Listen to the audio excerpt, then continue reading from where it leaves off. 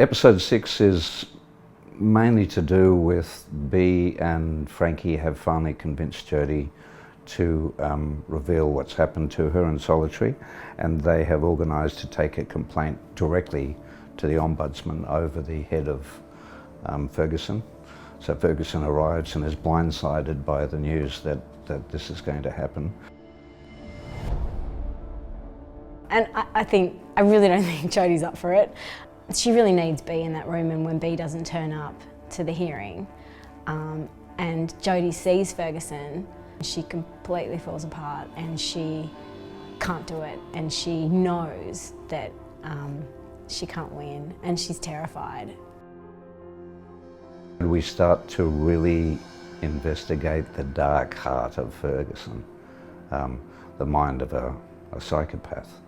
I don't think Jodie will ever be as frightened of anyone as she is of Ferguson. I think Ferguson is incredibly intelligent, and I think she can spot a perfect victim, and I think Jodie is that perfect victim. And I think Jodie knows that Ferguson's capable of murder, or worse, whatever, you know. I think probably what happened to her is worse than being killed.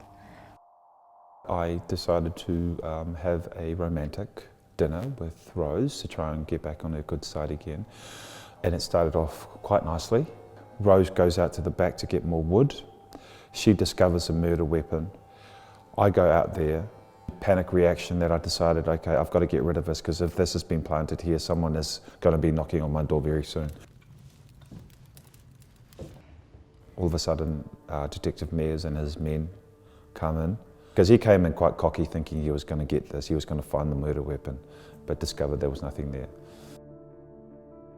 I didn't tell her anything. More than anything, I wanted to protect her, and I didn't want her to be involved in any of the investigation that was going on.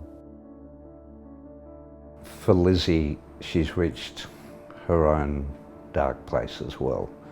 Her rejection by her daughter, the realisation that she's contributed to her daughter and why her daughter is in jail, drives her to the brink. And when she finds alcohol has been secreted in her room, she's tempted by the alcohol and finally gives in and becomes the raging alcoholic that she's been trying to escape from all this time.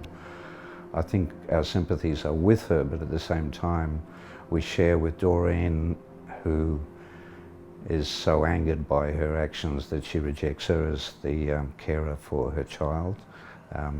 And we see how far Jess is willing to go in order to get closer to the baby.